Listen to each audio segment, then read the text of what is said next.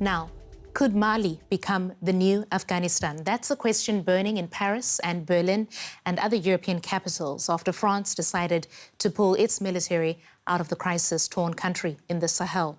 Now, long-running international missions to stabilize Mali and strengthen its institutions are now in big trouble, and Mali is in the grip of a military junta.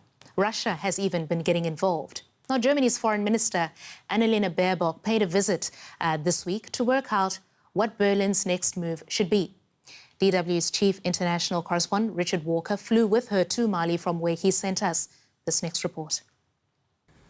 Touching down in a military plane on the edge of the Sahara in Mali. This is a dangerous place, and German soldiers scan the airfield before opening up to the desert sun. Annalena Baerbock has come here as Germany faces decision time here in Mali. Should it keep a military presence in a region shaken by crises of climate change, hunger and terrorism?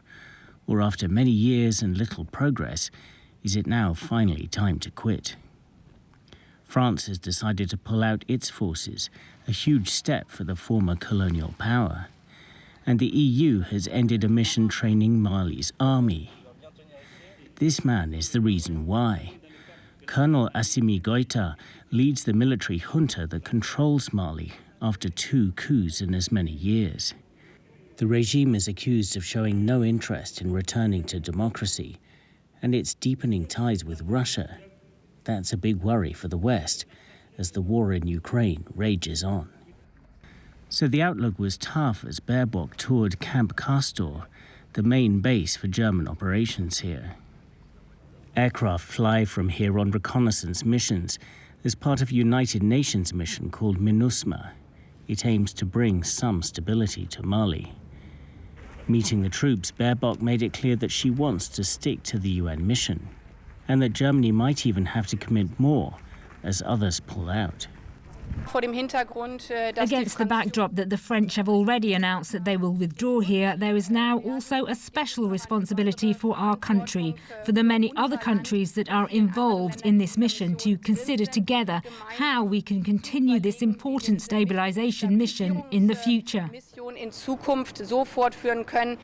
The question is, can Germany deal with the military junta?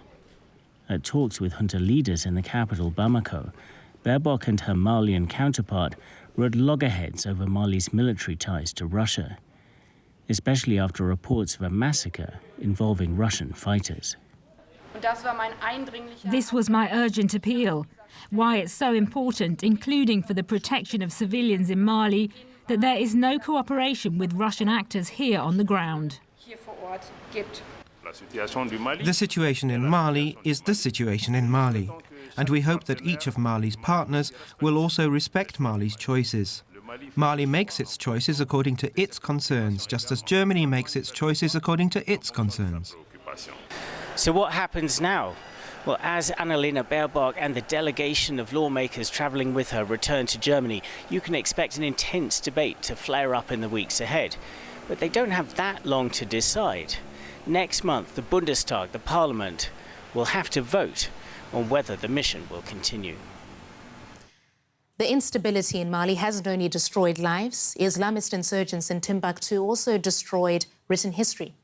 For decades, Africa has been seen as a continent rich in oral traditions, but with few ancient texts. But we're now turning over a new leaf in that old story by meeting one man in Mali who has devoted himself to preserving ancient writings from African scholars who studied at the University of Timbuktu. Some of these manuscripts date back to the 11th century, making them 1,000 years old. But now you can access them from the phone in your pocket. DW News Africa's Flourish Chukura sent us this report. Relics of history handed down from one generation to another. The Timbuktu manuscripts are a collection of documents written by African scholars in Mali from the 11th to the 20th century. More than 400,000 of them are temporarily stored in this library. The writings cover a broad range of subjects, including art, medicine, science, astrology, mathematics, and politics.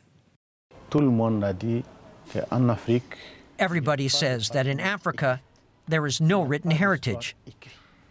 There is no written history, that it's all oral. But the manuscripts are our identity. They are our history. They are our heritage. Really, the manuscripts are everything to us. For decades, Dr. Haidara has worked to preserve and draw attention to these manuscripts. In 2012, jihadists attacked northern Mali and attempted to destroy historical buildings and burn the manuscripts.